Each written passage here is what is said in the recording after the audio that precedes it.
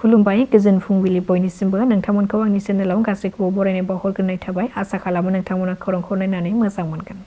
नुमलिगुरनि मर्दिं सारियालियाव सासे सुबुंनि नखराव गुलि गावनाय जाथाय। खौरां मोननाय बादिब्ला सासे रूपक बरपुजारी मुंनि सुबुंनि नखराव सिलाइनि गुलिया न'नि बेराजों हाबलांनानै न'नि खथा सिङाव गोग्लैहैदों।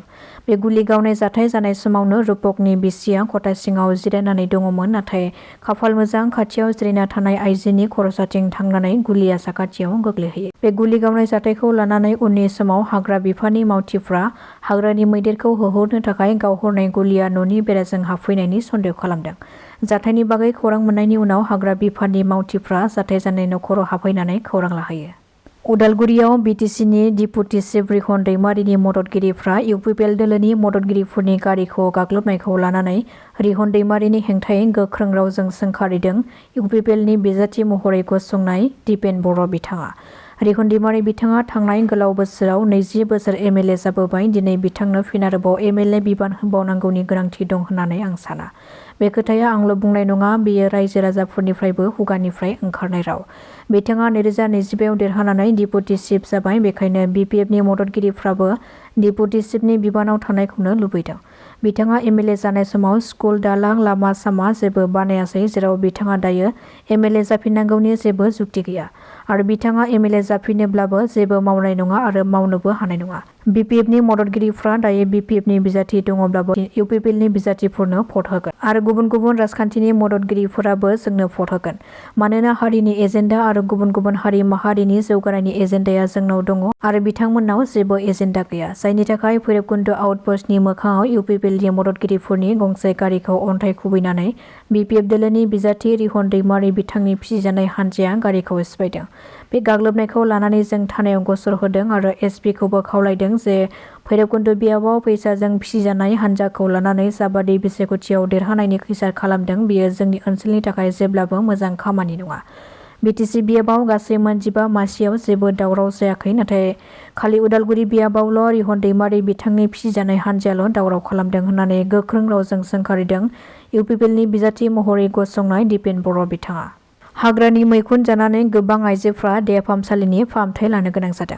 मिथिहोनाय बादिब्ला सदियायाव गासै मैखुन जानानै 15 सुबुंफ्रा सोरबाबा गोबानाय, खर' सानाय, खिनाय उदै सानाय बायदिसिना बेरामजों भुगिनांनानै देहा फाहामसालियाव फाहामथाय लानो गोनां जादों। बे 15 सुबुंफोरनि गेजेराव 3 उन्दै गथ'फोरमोन होननानै मिथिहोदों। सदियानि रुक्मिणी देउरिगावआव जादों बे जाथाया। रायजो नाङैनो दासान्दि बिधानसभा बिसायख'थिखौ लानानै गोबां राजखान्थि दोलोफ्रा बिसायख'थि फोसावदिं मेल खुंनायखौ नुनो मोननाय जादों। बेनि गेजेराव सिडली बिधानसभा बियाबनि इउपिपिएल दोलोनि बिजाथि रनजित बसुमतारी एबा फेरेंगानि बिसायख'थि फोसावदिं मेलाव एनडिएफबिनि गायसनगिरि रन्जन दैमारि बिथांखौ लानानै बिबुंथि होनायखौ नुनो मोननाय जादों। बिथाङा बिबुंथिनि गेजेरजों फोरमायथिदों दि जोंनि एनडिएफबिनि गायसनगिरि आफादगिरि रन्जन दैमारिजों लोगोसे जोबथेसालियाव थानांनाय गासै 6 बारग' एनडिएफबिफोरखौ 125 एमेन्डमेन्ट बिल पास जानायनि सिगांनो बख'नानै रायजो राजानि सुबुरुन बादियै फैगौ इन्टारिम सरकाराव रन्जन दैमारि बिथांखौ बिटिआरनि चिफ खालामगोन होननानै खोथा होदों रनजित बसुमतारी एबा फेरेंगा बिथाङा।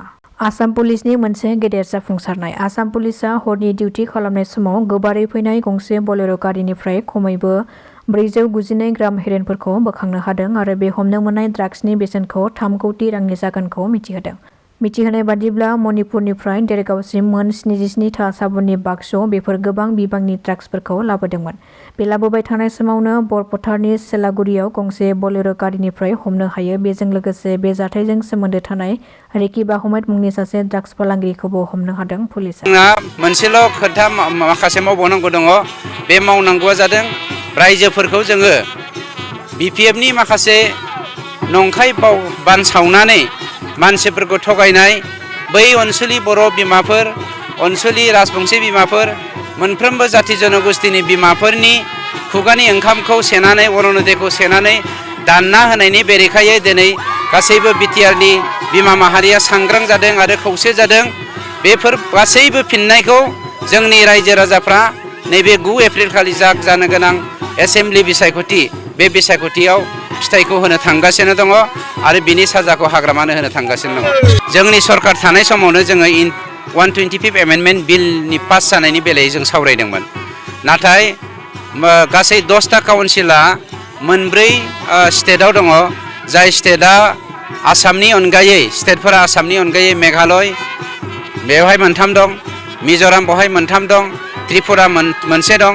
बे मोनस्नि काउन्सिलनि 3 स्टेटआ हेफाजाब होयैनि जाहोनाव जोंनो हम मिनिस्ट्रिया साजेसन होनाय बायदियै सुबुरुन होनाय बायदियै जोङो दुलाराय बर' फरायसा आफादनि बानजायनायाव आरो दैदेननायाव जोंनि माखासे इन्टेलेक्सुवेलफोरजों साजेसन लानायनि गेजेरजों जोंनि सरकारनि समावनो जोङो मोनसे प्रप'जाल हरनाय जादों जे बिटिआरनि एकर्डआ जेरावहाय आसामाव जादों, आसामाव जानायखायनो जोङो बाखि मोननै डिमा हासाव आरो कार्बि आंलंखौ लाफानानै बर'लेण्ड बे 3जों 125 एमेन्डमेन्ट बिलखौ पास खालामनाय जाथों होननानै बाथ्रा होनाय लेखा बेखौ फैगौ जुलाइ दाननि गोलोम बोथोरनि पार्लियामेन्ट सेसनाव भारत सरकारा एमेन्डमेन्ट खालामनानै थामहिनबा 125 एमेन्डमेन्ट बिलखौ पास खालामनायनि गेजेरजों बेवहाय इन्टारिम लाबोनाय जागोन ना गभर्नर रुल लाबोनाय जागोन बे बुस्थुखौ सावरायनाय जागोन।